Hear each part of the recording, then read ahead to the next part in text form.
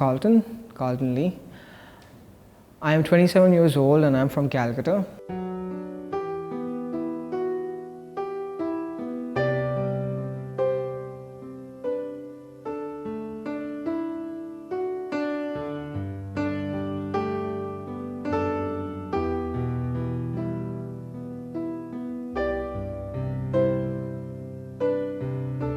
At this present date, I have a mother and a sister because my father passed away in the year 1997. Ever since that time, life was very hard for us and everything was just in a mess situation. So, however, we pleaded to the Lord for everything. We looked for His mercies and things started to get back in track. Everything started becoming fine.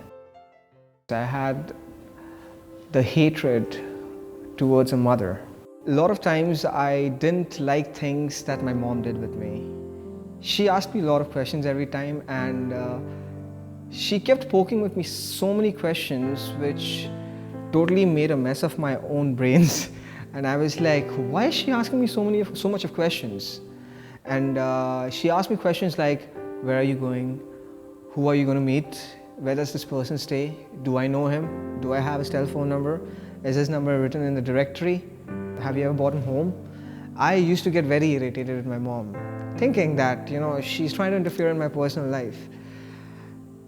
All this started because when I was at the age of 13, that time my father already passed away. So my sister was in America and she called me and she asked me that, brother, I have my college friend's photo, snap. It's in my cupboard. Can you just look out for me? So I went into my sister's room. I saw it was a little dirty because dusty and my sister was not there. The room was just kept as it was. And then what happened was, I opened the cupboard. I was searching for it. I couldn't find the photo. Somewhere around there was a plastic kept and I could see this white papers kept over there and it was written Mother Teresa Missionaries of Charity, Shishu Bhavan. And I was like, Shishu Bhavan in Hindi means, child's center. So I was like, what is this about? What does my sister have to do with Mother Teresa? I was like, okay, I was curious over there. I was like, let me know this. I took it out. I saw my real name, Chinese name, Lee Seb Kyun, and then typed, born in Darjeeling and will be adopted by my father's name and my mom's name. And I was like, I was stunned. I didn't have any emotions that time. I was like, I just read it. I just dropped the paper there and I just walked out of the house and I was like, I didn't know what to do. I was just thinking, how can my mom do this to me? Why didn't dad before passing away ever mention this thing to me? How can my sister hide this thing from me? I just had these kind of questions going around me that time and I didn't think much on it because that hatred towards my mom started more. And I was like, no, I'm not like that anyways. My mom keeps asking me a lot of questions. Now this is the time I'm going to ask her questions. But then later on I thought that I shouldn't ask her because she might feel bad. I had this thing with me that I started building a resentment inside myself towards my mom. Now once I was explained by a friend what resentment means, it's a very bad thing. Resentment is such a type of poison which you drink and you're expecting the other person to die.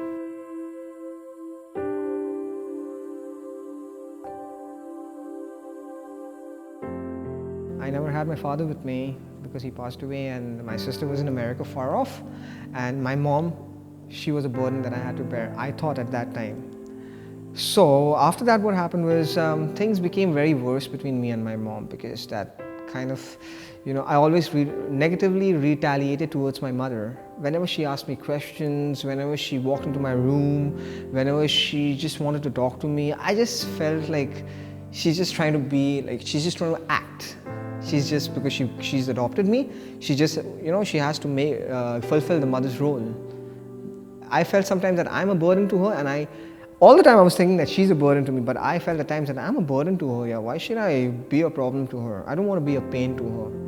So that's why I never asked anything from my mom at that age. However, once an incident took place when I returned back from a friend's place and it was during the monsoon seasons, I remember.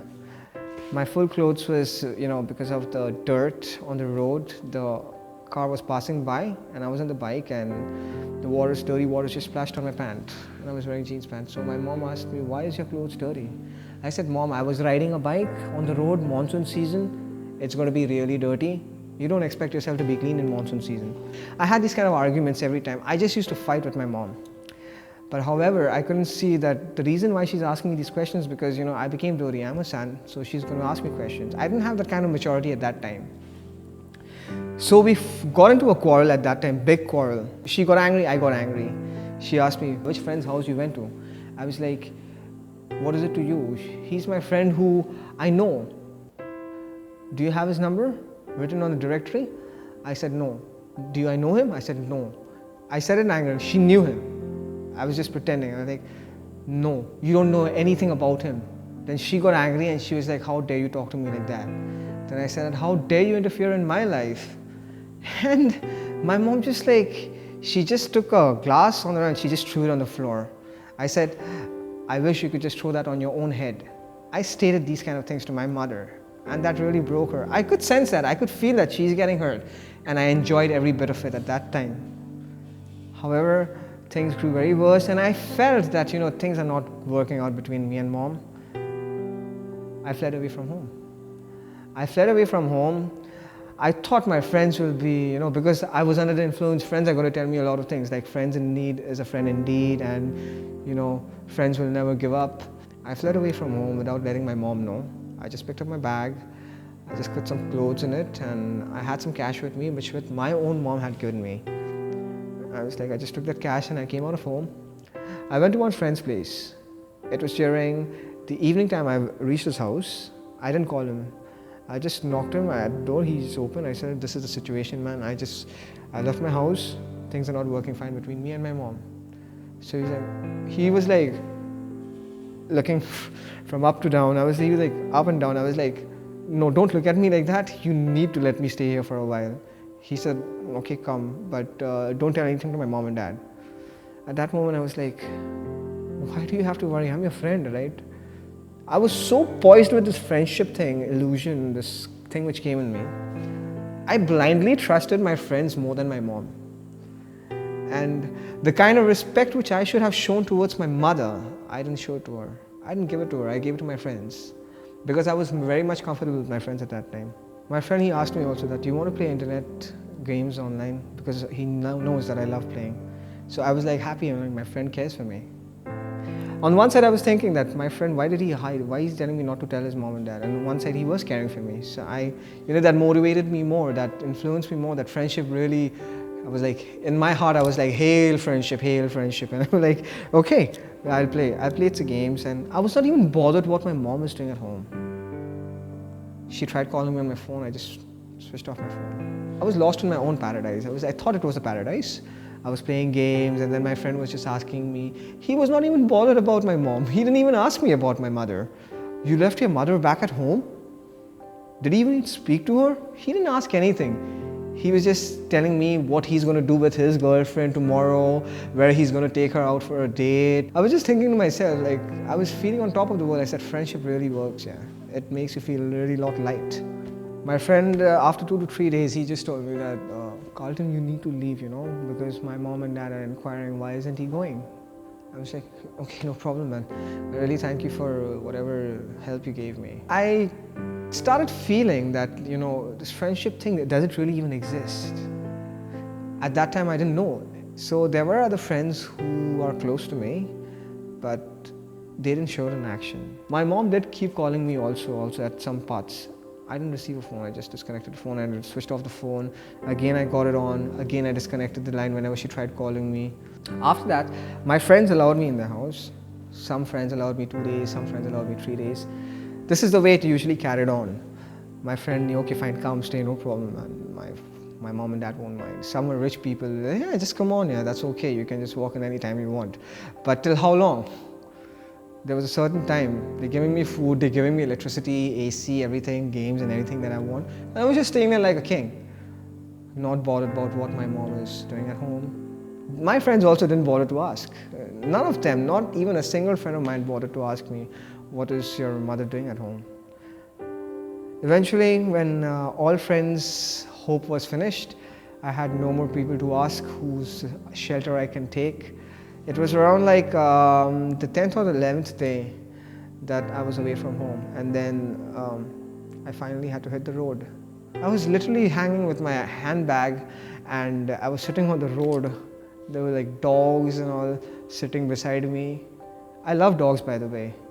There was a dog sitting beside me, so I felt comfortable. I was like, okay, I was calling the dogs, also was petting them, and then I was just thinking what to do. At that time, I still had that ego in me. I was like, I'm not going to go back home. I'm going to make something out of myself on my own. My mom is not my real mom. She's not my blood. My father is not with me over here. My sister is in America. If I go back, that woman is going to ask me more questions. Where have I been? And that's going to set, it's like adding fuel to the fire. So I didn't go back home. I was on the road. I had a little bit of money with me, very small amount of money. I somehow spent that. I ate food, whatever I could buy. I was on the road. 2 days passed away, I didn't have a bath. 2 days passed away, my hair was getting dirty. 2 days passed away when my clothes started getting dirty. I started smelling, I started stinking, filthy. I felt gross within myself. And I saw the dogs also still just sitting beside me. I thought maybe these dogs are accustomed to filthy things around, so they're just sitting beside me. Why aren't they just going to shops which are clean? Why don't they go and sit over there? Sometimes I was being chased by people away. Hey, why are you sitting here? Go that side. There were cops. Where are you from? I said, oh, I'm not from here. I'm just going home. I was just resting. They said, why are your clothes so dirty? Who are you? Because they were talking to me in English, and I was also replying them back in English. So they were like curious. This guy knows how to talk English, and he's on the road. Is he a drug addict or something? So they tried to search me and all. I felt very embarrassing at that time. My battery also went off. My phone, it didn't work. I used to, find a lot of dirty things around me, and even I was starving for food at that time. When I was starving for food, I saw loads of food around me, dirty foods, thrown on the side of the road. And I was looking at myself, no man, I'm not going to eat that. I was like, yucks, that's not me. I'll starve, if I have to die, I'll die starving. I'm not going to eat that. I had that kind of ego with me. Because what I learned is that when you're hungry, just eat anything. Be down to it. When you're hungry, eat anything you get. Don't be so fussy about food. I was like, no, I'm not going to eat these things. These things are not for me. I'll die starving, but I'm not going to eat that. Anyways, it was so hard, I couldn't hold on to my hunger. The first thing is I never had a bath. The second thing is I was stinking. I was hungry, I was angry, I was tired, and I was lost. I didn't know what to do.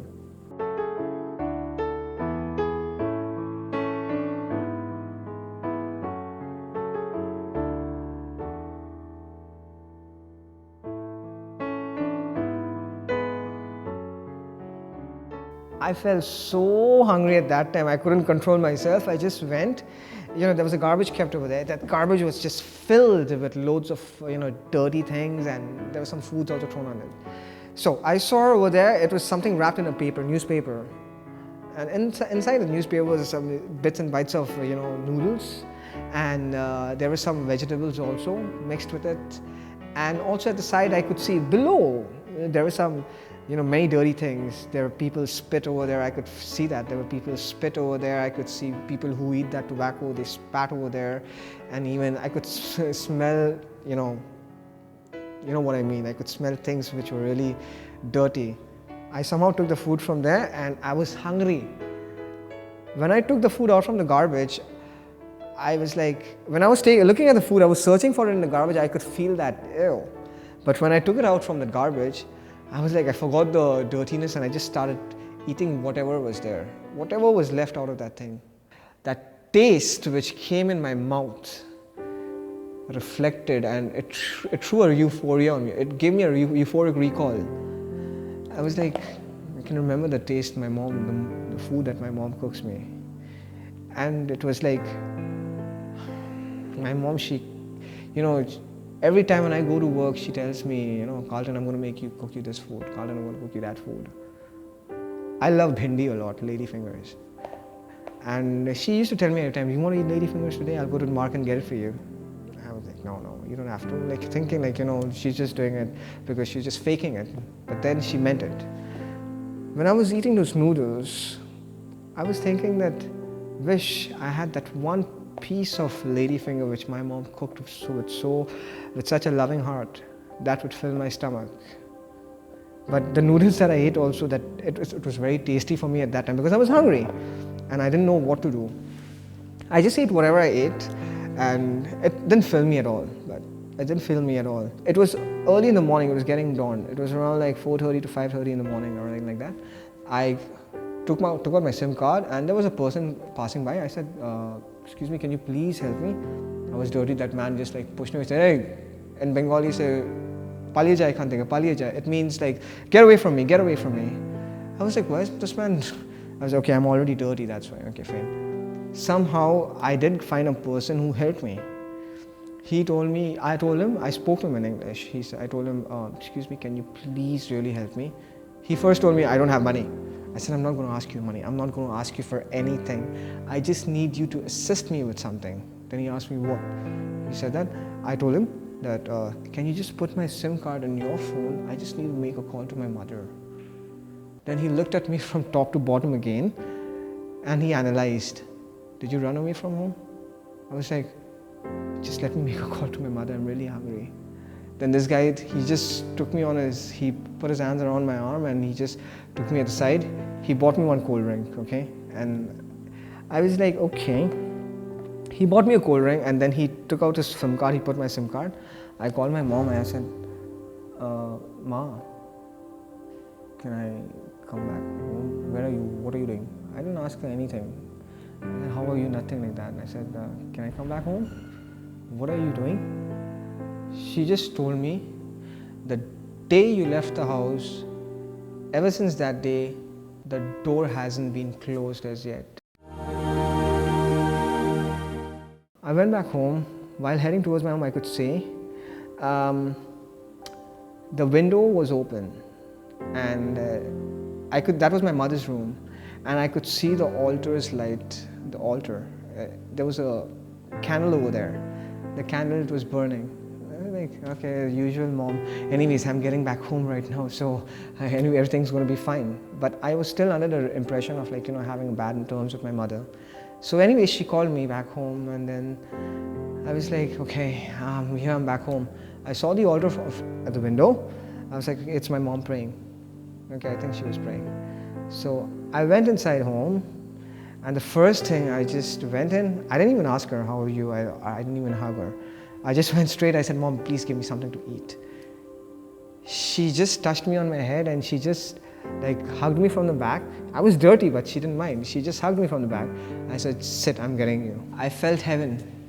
I was like, all these days I've been on the road. I've been, people despising me and looking down on me like, oh, this guy is so dirty. Let's move him away from here.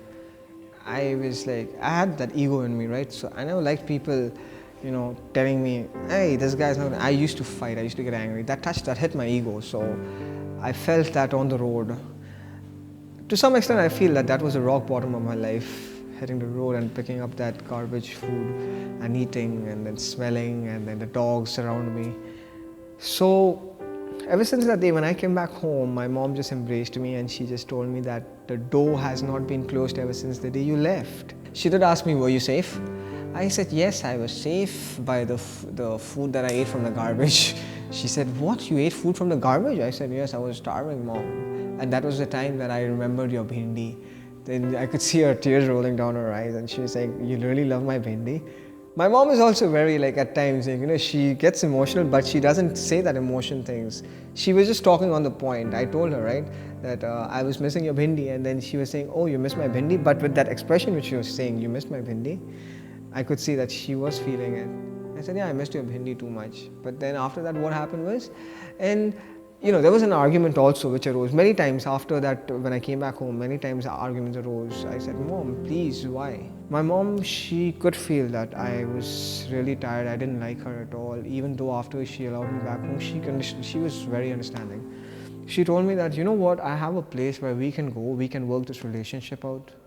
How about you think about that? I was like, Now where's this place?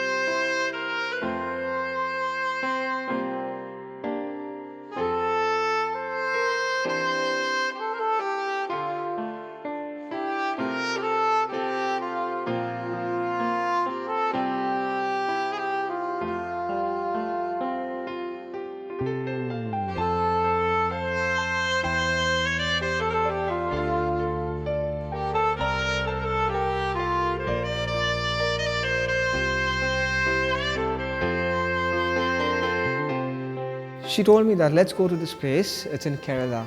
You know, I've heard about this place. You go there, I go there, and things will really get better. I didn't come here with the intention of, getting a retreat and, changing the way I think and, knowing Lord Jesus Christ, how He worked in my life. I was like, okay, I'm going to carry my iPad, I'm going to carry my digicam, I'm going to carry the best of clothes I have, I'm going to carry all my perfumes, the latest perfume that's coming out in the market. I'm going to do everything, carry everything. And I literally bought a whole lot of baggage when I came to Divine Retreat Center. When I went, I saw this place is quite beautiful. This place is very peaceful, and I was like, oh my God, this is a place that I exactly need. After all that noise in Calcutta, that noise pollution and a lot of people around you keep talking things, and I was like, oh my God, this is just the perfect place. During the counseling, he was telling me that if you do not love your mother, you're not loving God. If you do not understand your mother, you do not understand God. If you don't know your mother, you do not know God. I was like, okay, pretty wise thing. After the counseling, when that person gave me that message that you should love your mother, if you don't know your mother, you don't know God. If you don't understand your mother, you don't understand God. I was like, okay. And then I came back to the hall. I sat. It was during one of the services, I think healing services, when one of the preachers were giving these messages, and I was like very touched by one of the statements that he wrote. I clearly remember what it says, that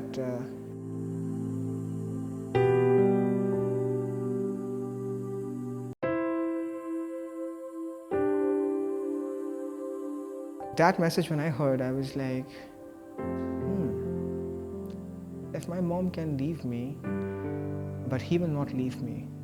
But then again, back at that counselor told me, if I love my mother, I love God. If I don't know my mother, I don't know God. If I don't love my mother, I don't know God. So then that's what happened. I tried to compare it, and that touched me. I was like, my mom, I could start feeling all those things that I did back in Calcutta, leaving or running away from home, arguing with my mom, telling my mom to stay awake whole night when she's not, she doesn't keep healthy at times. She's staying awake whole night, and then I was thinking all these things mistakes that I made with my mom that started coming up, and I was like, I just blew it out. I just blew it out. And then the person beside me started crying.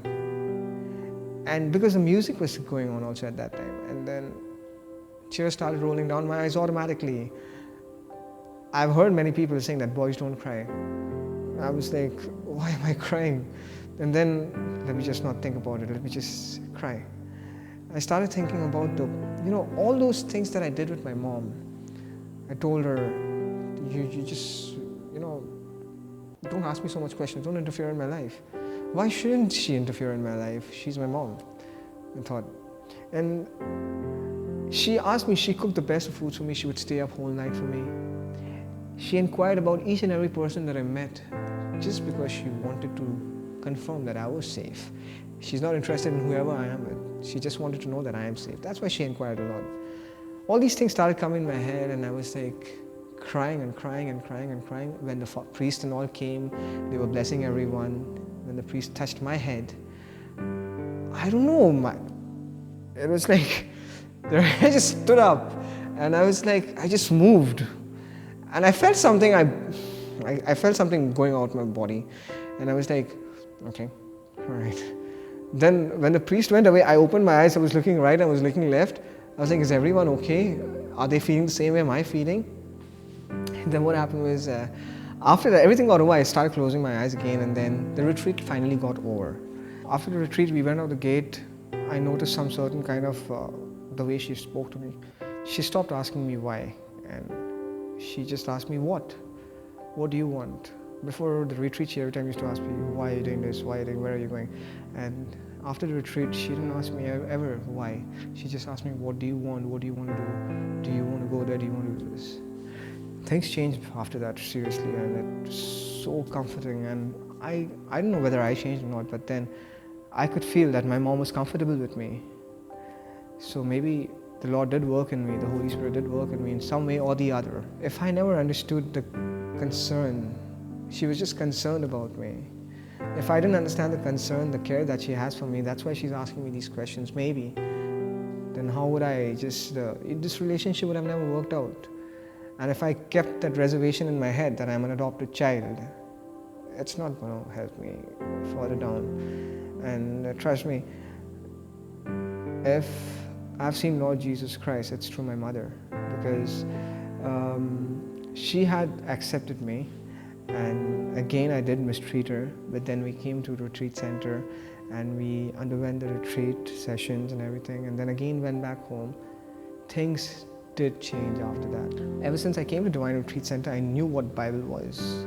I was told about the Old Testament, I was told about the New Testament. I had to struggle a lot from here and there, jumping from pages and pages, from books and books. I was like getting paranoid. I didn't know the first book, I didn't know the last book. You know, the most thing that really touched me in my life was, you know, when Jesus is not at the boat with the disciples, and these disciples are on the boat, and you know, there's a big storm and wind, and Jesus was not there in the boat at that time. So suddenly Jesus starts coming, and then one of the disciples, I think it's Peter, I guess. Peter, he gets up and he says, hey, it's a ghost, it's a ghost. And Christ just says, it is I, do not worry. Then I was like Peter, I doubted every time. Oh, if it's really you, let me walk on water. Tested God. In the same way I did test God. I ran away from home, I knew everything. I just tested, I don't know, I'd manage everything, but I couldn't. I ended up with the dogs on the street. He went and he asked, he was looking straight at Jesus, and he could actually walk on the water. But then after that, what happened was when he started getting distracted by the thunder, the waves, he started drowning. And then Jesus catches his hand and he pulls him up, and Jesus tells him that, why did you doubt?